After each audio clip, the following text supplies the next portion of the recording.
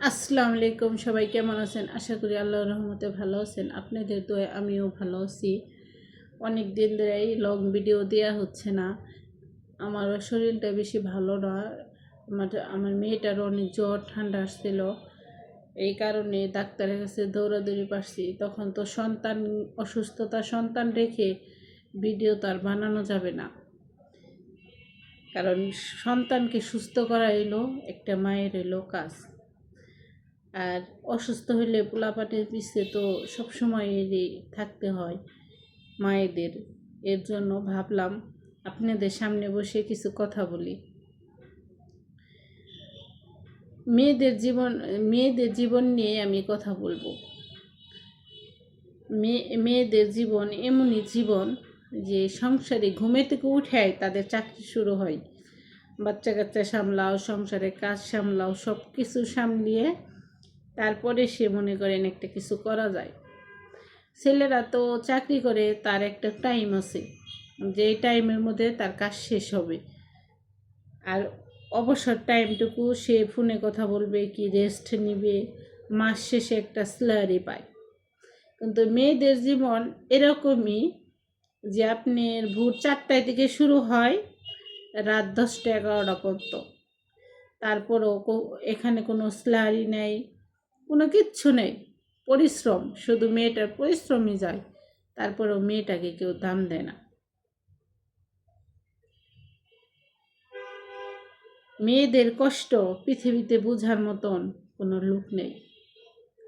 মেয়ে হওয়া জন্মটা নিয়ে মনে হয় ভুল।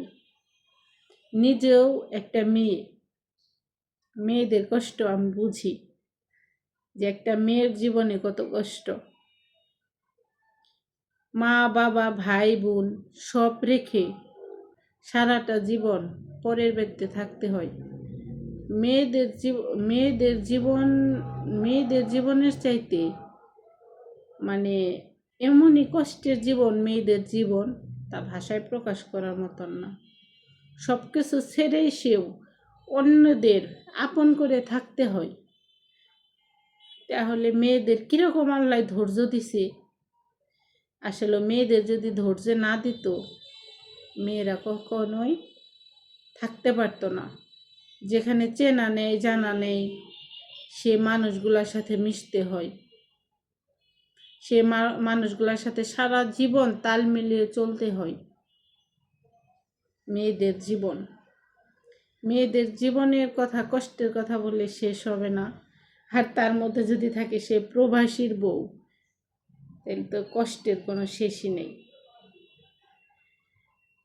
সবাই ভালো থাকবেন, সুস্থ থাকবেন। আমার কথাগুলো কেমন লাগলো কমেন্টে জানাবেন। আমি কিছুদিন পর থেকে আমার সংসারের জীবন কথা নিয়ে আমি ভিডিও করব, আমার লাইফ স্টাইল নিয়ে আমি ভিডিও করব। আর আমার ভিডিওগুলো কেমন লাগে সবাই কমেন্টে জানাবেন। সবাই ভালো থাকবেন, সুস্থ থাকবেন। আল্লাহ হাফেজ।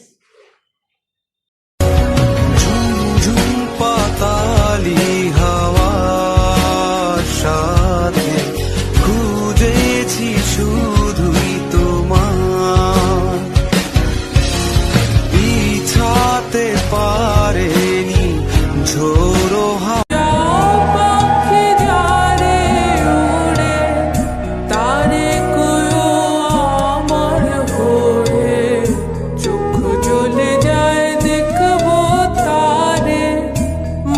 চলে